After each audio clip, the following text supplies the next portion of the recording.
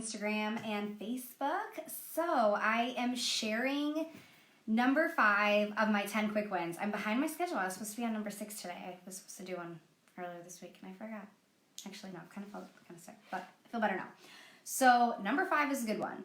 Number 5 of my 10 quick wins for behavior change is, are you part of the problem? And let me tell you, my name is Sasha and I'm a problem behavior causer. And so are you. We are part of our kids' environment.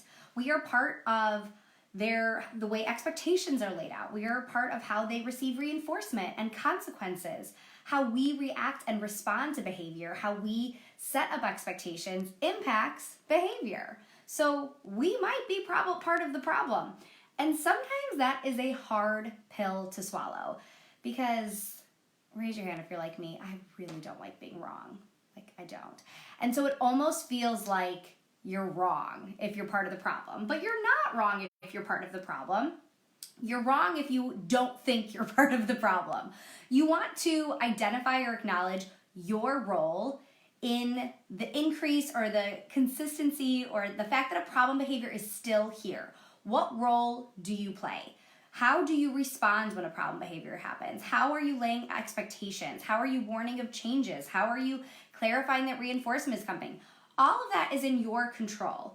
The quote that I say over and over again in my full day behavior sessions is, the only behavior you have complete control of is your own. And it sounds so cheesy, but it's true. Behavior change, like your students' behavior change, really starts with you. So you are in control of how you respond, how you react, how you set up expectations. And it's really the step before that to figure out where you need to change the way your behaviors are set. Because at some point, you may be unintentionally, right? No one is waking up on a Monday morning, getting a venti coffee and be like, you know what? I'm going to stir some stuff up today. I'm going to cause some problem behaviors. No one is doing that. But you might unintentionally be causing problem behaviors, be causing increases in problem behaviors. So this is a big one you want to talk about with your team, because it might not be you. It could be someone on your team. It could be someone in your family if you're a parent. So you want to get everyone on the same page with, hey, we're part of our kids' environment and what we do impacts their behavior. So let's look at what our behaviors are doing that are impacting how our kids' behaviors are going on. So my action step here was to write down 3 ways you have unintentionally reinforced a problem behavior. If you're a parent, you could quickly do this with your own kid. I mean, like every time, we laugh at our toddler when they say a bad word. Come on, every parent has been there, right? They say something bad or naughty and we laugh. The other day, you guys, is so bad. My almost 2-year-old was throwing the most hilarious tantrum and I took a picture of it. Like, what a parent does that? But it was so funny. And I'm reinforcing it, right? So whether it's intentional or unintentional, this is like the first step in the process, is to think about where your role lies and where you have caused a problem behavior.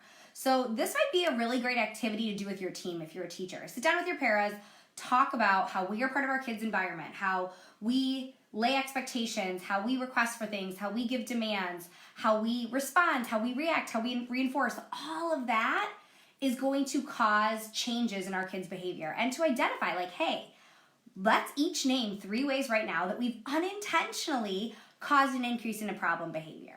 By, if you've reprimanded too much, or if you gave a break after a negative behavior. Oh man, now that negative behavior keeps happening. So it's nice to kind of make that the culture of your team, that, hey, we're all gonna identify something that we've done because we've all done this, right? And we're gonna continue to do this. But what we want to do now is to identify that so we can change it. This can make such a difference in your whole approach to behavior change, in your whole approach to behavior change, in your classroom management plans or individual behavior plans. So I'd really highly recommend this. Oh my gosh, Jen just said that her principal shared this handout with the entire school. I love that so much. That's kind of what I envisioned on this.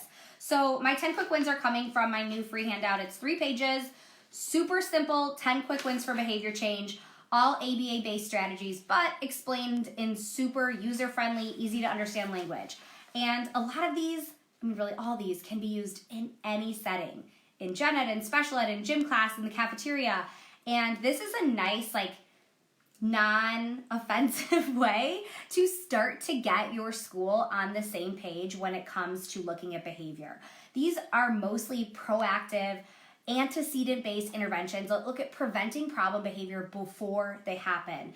And this is a nice way to kind of get your team on the same page with that and start talking about strategies in a way that's easy to understand. So if you want to check out the rest of the 9 strategies, I just shared one today, head over to theautismhelper.com/10wins, it's 10 wins, to download this for free. And also check back to the last few Facebook Lives I've done. I've done little quick ones on the first 4, or now the first 5, and I'll be popping on here tomorrow to do number 6, which is a fun one, non-traditional reinforcers.